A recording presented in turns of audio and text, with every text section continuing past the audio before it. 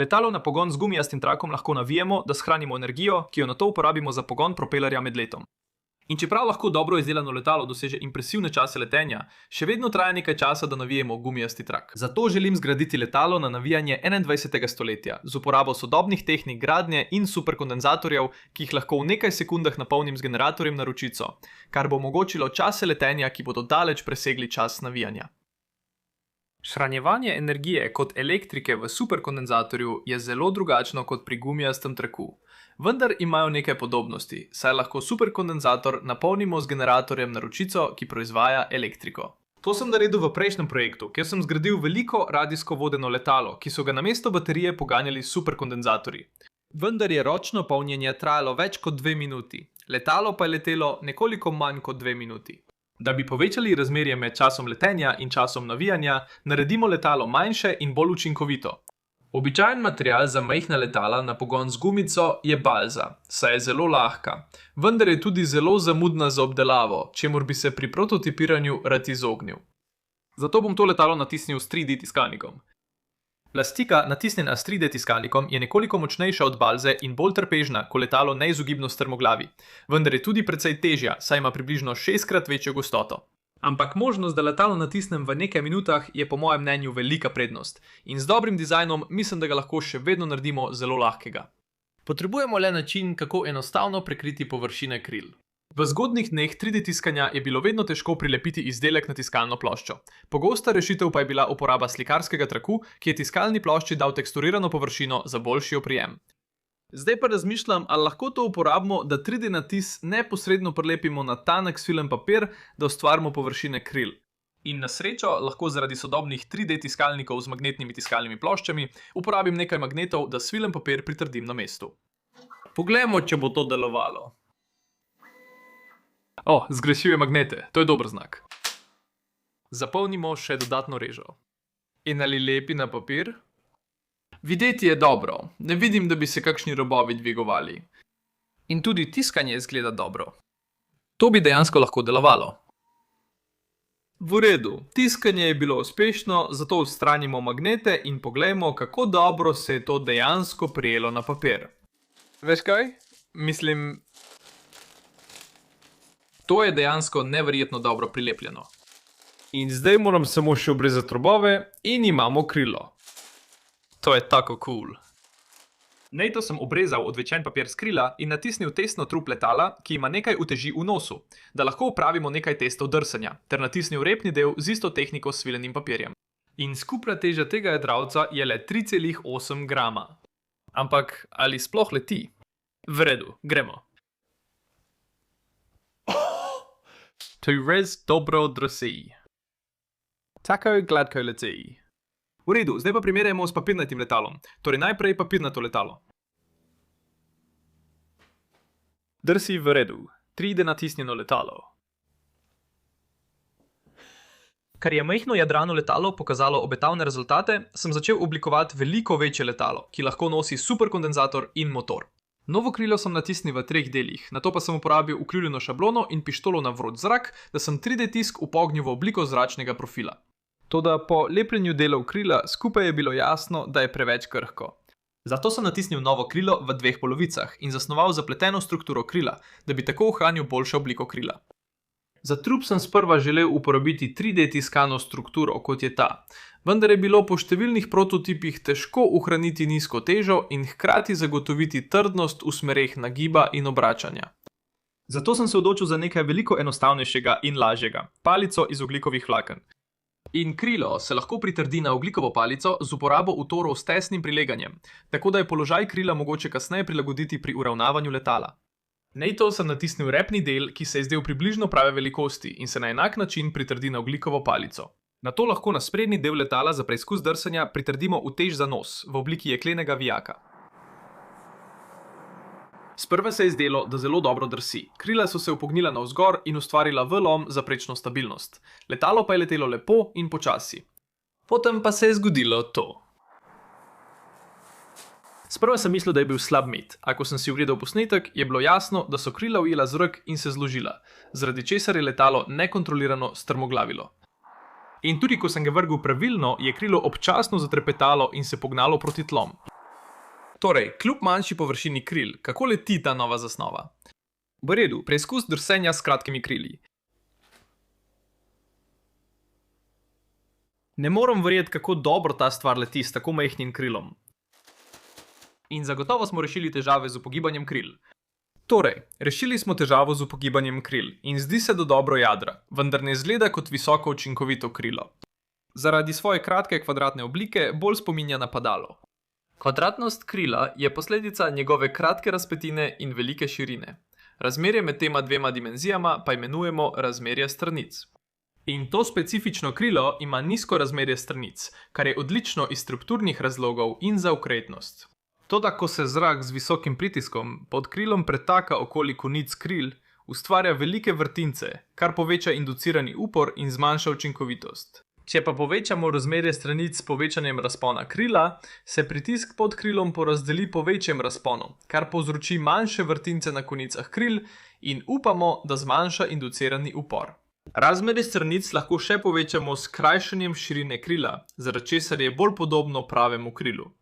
Verjamem tudi, da bo krajša širina krila izpostavljena manjšim aerodinamičnim torzijskim obremenitvam, saj bo središče pritiska delovalo bližje strukturnemu središču krila, kar bo, upajmo, zmanjšalo morebitne zasuke. Tako je to novo krilo natisnjeno v dveh polovicah na enem listu sviljenega papirja, kar mu daje podobno površino in težo kot prejšnjemu krilu. Ko sem ju zlepil skupaj in s toplotno pištolo oblikoval profil, je bil čas za nova testiranja. Zanimivo pri tem novem krilu je, da se zdi, da se precej upogiba v navpični smeri, kar je pravzaprav dobro, saj daje letalu naravni dihedralni kot, ki med letom zagotavlja prečno stabilnost. In zdi se, da ni tako občutljivo na torzijske obremenitve kot prvo krilo.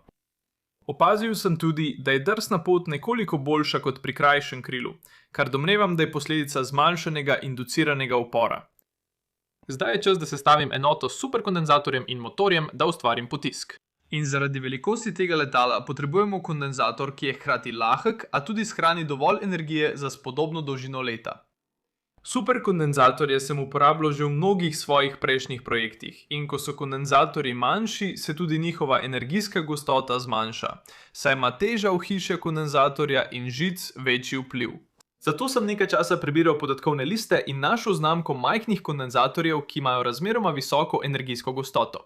In če tej tabeli dodam še en stolpec, ki prikazuje energijsko gostoto, lahko vidite, kako se ta povečuje pri večjih kondenzatorjih, kjer je 100-faradski kondenzator približno 6-krat boljši od 1-faradskega kondenzatorja. Čeprav tehta 20 gramov, je 100-faradski kondenzator za to letalo pretežak. Zato sem nato iz te tabele izvlekel vse vrednosti in izdelal graf energijske gostote glede na kapaciteto. In to je razkrilo zanimivo krivuljo. Energijska gostota se pri majhnih kondenzatorjih hitro povečuje, nato pa se po 10-faradnem kondenzatorju začne izravnavati. Zato sem se odločil naročiti 10-faradne kondenzatorje, saj predstavljajo dobro ravnovesje glede shranjevanja energije in s težo nekaj več kot 3 grame bi morali biti popolni za to letalo. Nato sem kupil nekaj mikrokrtačnih motorjev, ki se pogosto uporabljajo v majhnih igračarskih dronih. In običajno delujejo na enočelijsko litijevo baterijo, ki ima napetost od približno 3 do 4 voltov. In uporabljajo te poceni nizkokakovostne propelerje, saj učinkovitost ni njihova glavna prioriteta. Ker pa so superkondenzatorji ocenjeni na največ le 2,7 volta, bi morali biti sposobni uporabiti nekoliko večji in bolje zasnovan propeler, kar bi moralo pomagati izboljšati učinkovitost. Nato sem s 3D tiskalnikom natisnil lahek nosilec, ki drži kondenzator in motor skupaj, ter se na sprednji del letala pritrdi z enako tehniko pritrditve na trenje kot pri krilu. Za polnjenje letala pa lahko uporabim svoj doma narejen ročni generator, natisnjen s tridimenzionalnim tiskalnikom, ki sem ga izdelal v enem izmed prejšnjih videov. Edina težava je, da nimam načina, kako preveriti, da je letalo popolnoma napolnjeno. Ta generator ima vgrajen voltmeter, vendar se vklopi šele pri približno 3 voltih. Ker pa so kondenzatorji ocenjeni na 2,7 volta, bi to lahko povzročilo, da eksplodirajo. Zato sem našel majhen analogni voltmeter, ki meri od 0 do 3 voltov, ki ga lahko namestim v ohišje, natisnjeno s 3D tiskalnikom in priključim potrebne žice za polnjenje letala. In to deluje popolnoma, saj lahko generator priključim na kondenzator in v samo nekaj sekundah napolnim letalo. In nato priključim motor, da pretvorim shranjeno energijo v potisk.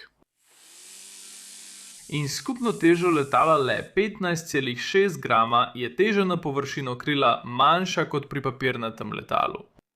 Poglejmo, če bo letelo.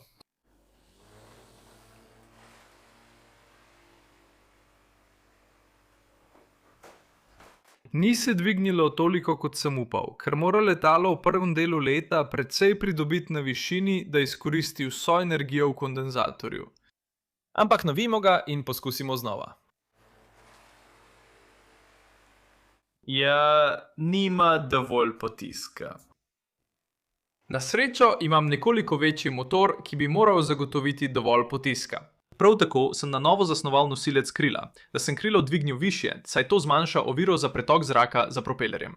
In ker je linija potiska zdaj pod krilom, bi to moralo naravno povzročiti, da se letalo v začetnem delu leta vzpenja.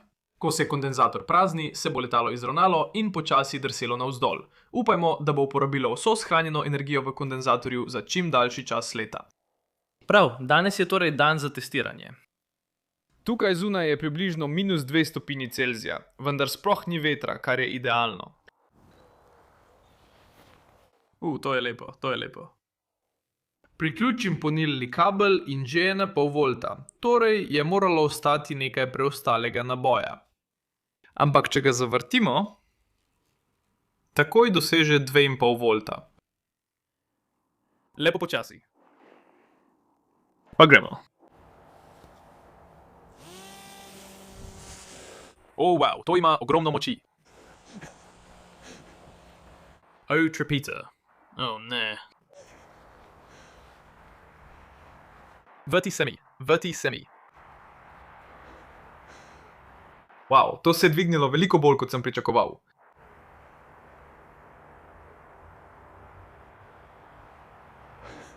To dejansko zelo dobro leti.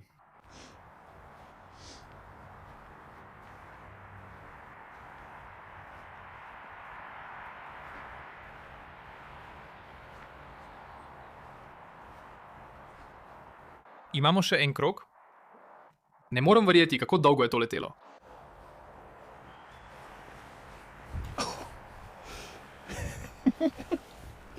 To je bilo tako kul. Prav, po tem letu smo na približno pol volta. Poglejmo, kako hitro ga lahko napolnim.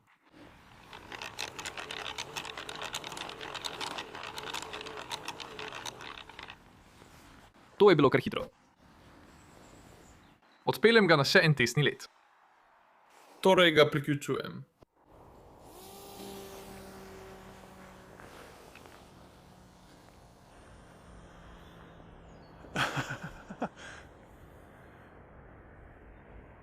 To je dober let, to je pa lepo visoko.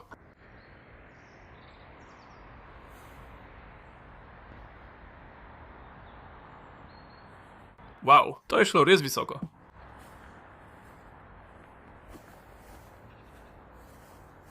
Prosim, ne leti čez ograjo, ker boš potem pristal na mokri travi.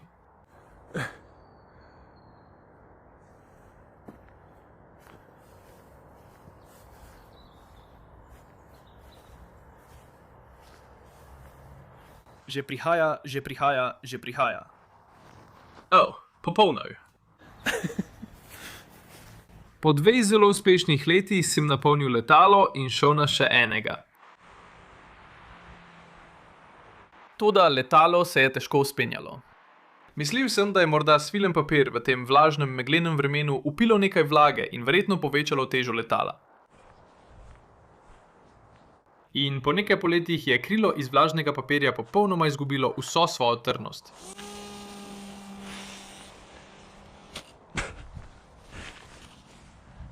Zato sem ga zamenjal s krajšim krilom, ki je bilo shranjeno v škatli skupaj z drugimi rezervnimi krili. Ampak tudi to ni hotelo leteti.